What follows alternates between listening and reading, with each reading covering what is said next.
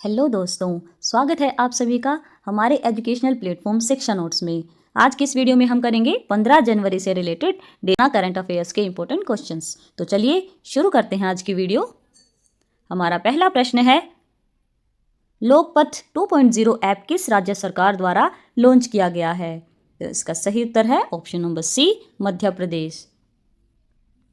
लोकपथ 2.0 एक mobile app है। इसे मध्य प्रदेश सरकार ने लॉन्च किया है। ऐप को मुख्यमंत्री डॉक्टर मोहन यादव ने लॉन्च किया। ऐप का उद्देश्य सड़क रखरखाव की निगरानी करना है। इसमें ब्लैक स्पॉट अलर्ट की सुविधा है। ब्लैक स्पॉट का मतलब दुर्घटना संभावित क्षेत्र होता है। नागरिक सड़क से जुड़ी शिकायतें ऐप पर दर्ज कर सकते हैं। यह ऐप लोक निर्माण विभाग यानी PWD से संबंधित है। देखते हैं अगला प्रश्न। प्रश्न है, भारतीय हॉकी के दिग्गज और ओलंपियन देविंदर सिंह गर्चा का निधन कब हुआ? तो इसका सही उत्तर है ऑप्शन नंबर बी, 10 जनवरी 2026 को। भारतीय हॉकी के दिग्गज और ओलंपियन देविंदर सिंह गर्चा का निधन 10 जनवरी 2026 जालंधर, पंजाब में हुआ। वह 73 वर्ष के थे। वह 1980 मास्को ओलंपिक में स्वर्ण पदक विजेता भारतीय हॉकी टीम के सदस्य थे और 6 मैचों में 8 गोल किए। अंतर्राष्ट्रीय करियर में उन्होंने 3 प्रमुख टूर्नामेंटों में 30 से ज़्यादा मैच खेले और कुल 19 गोल किए, जिसमें कराची चैंपियंस ट्रॉफी में वह भारत के शीर्ष स्कोरर रहे। देविंदर सिंह गर्चा पूर्व IPS अधिकारी थे और पंजाब पुलिस में DIG यानी डेप्यूटी इंस्पेक्टर जनरल के पद से सेवानिवृत्त हुए। उन्हें 2021 में Dhyanchand life time achievement award से सम्मानित किया गया और वह सुरजीत हॉकी सोसाइटी के अध्यक्ष के रूप में हॉकी को बढ़ावा देने में सक्रिय रहे। चलिए बढ़ते हैं अगले प्रश्न की ओर। प्रश्न है, भारत ने पुस्तक प्रकाशन में दुनिया में कौन सी रैंक हासिल की है? तो इसका सही उत्तर होगा ऑप्शन नंबर डी, तीसरा स्थान। भारत ने पुस्तक प्रकाशन के क्षेत्र में वैश्विक रैंकिंग में तीसरा स्थान जो है वो हासिल किया। यह उपलब्धि नई दिल्ली विश्व पुस्तक मेला 2026 के उद्घाटन के समय केंद्रीय शिक्षा मंत्री धर्मेंद्र प्रधान द्वारा साझा की गई है। भारत अब विश्व के शीर्ष पुस्तक प्रकाशक देशों में शामिल है, जो शिक्षा और साहित्य के क्षेत्र में महत्वपूर्ण है। चलिए बढ़ते हैं अगले प्रश्न की ओर। हाल ही में the saga of Kudopali the unsung story of 1857 पुस्तक का विमोचन किसने किया? तो इस पुस्तक का विमोचन किया है ऑप्शन नंबर बी हमारा बिल्कुल सही है, धर्मेंद्र प्रधान जी ने। इस पुस्तक का विमोचन केंद्रीय शिक्षा मंत्री धर्मेंद्र प्रधान ने किया। पुस्तक का विमोचन 53वें नई दिल्ली विश्व पुस्तक मेला 2026 में किया गया। यह पुस्तक 1857 के स्वतंत्रता संग्राम के कुदोपाली विद्रोह पर आधारित है।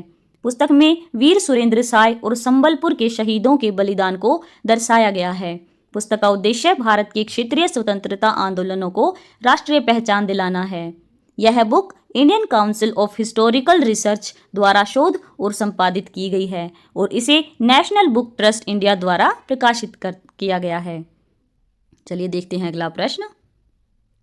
हाल ही में अंतर्राष्ट्रीय क्रिकेट के तीनों प्रारूपों में सबसे तेज 28,000 रन पूरे करने का रिकॉर्ड किसने बनाया है? तो इसका सही उत्तर है option number D, Virat Kohli ने। विराट कोहली ने अंतर्राष्ट्रीय क्रिकेट के तीनों प्रारूपों टेस्ट, वनडे और T20 में 28,000 रन पूरे किए। यह उपलब्धि हासिल करने वाले दुनिया के सबसे तेज बल्लेबाज बन गए हैं। कोहली ने यह रिकॉर्ड न्यूजीलैंड के खिलाफ पहले वनडे मैच में बनाया। यह मैच वडोदरा, गुजरात में खेला गया। देखते हैं अगला प्रश्न।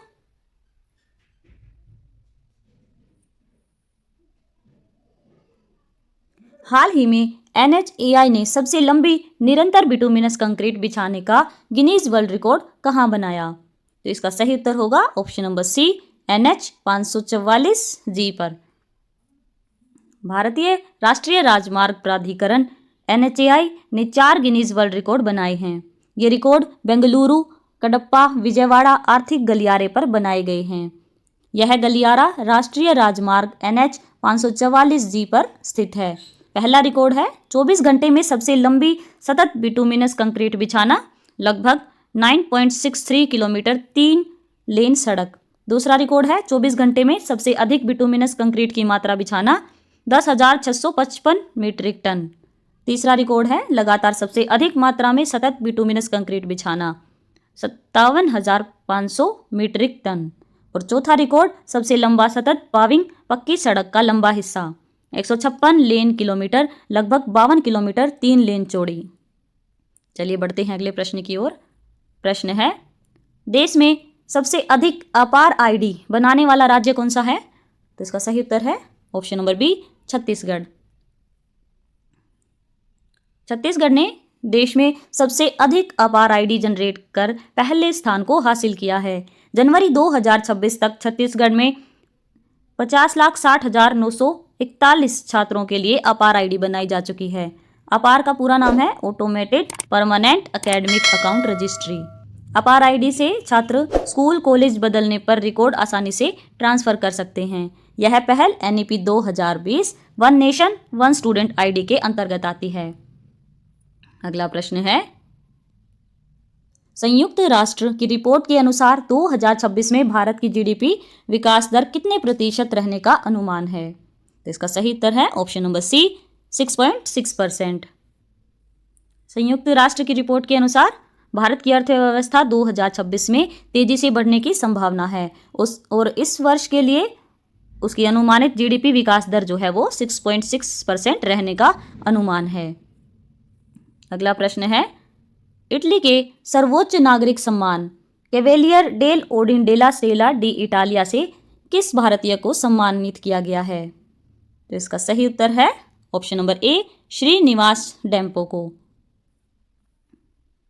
इटली के सर्वोच्च नागरिक सम्मान Cavaliere del Ordine della Stella di Italia से गोवा के उद्योगपति श्रीनिवास डेम्पो को सम्मानित किया गया। यह सम्मान उन्हें इटली भारत द्विपक्षीय संबंधों और आर्थिक सांस्कृतिक सहयोग में योगदान के लिए दिया गया है।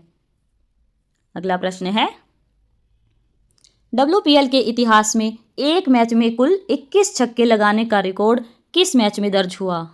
तो इसका सही उत्तर है option number B, Gujarat Giants versus UP Warriors. Gujarat Giants और यूपी वॉरियर्स के बीच हुए WPL 2026 मैच में कुल 21 छक्के लगे।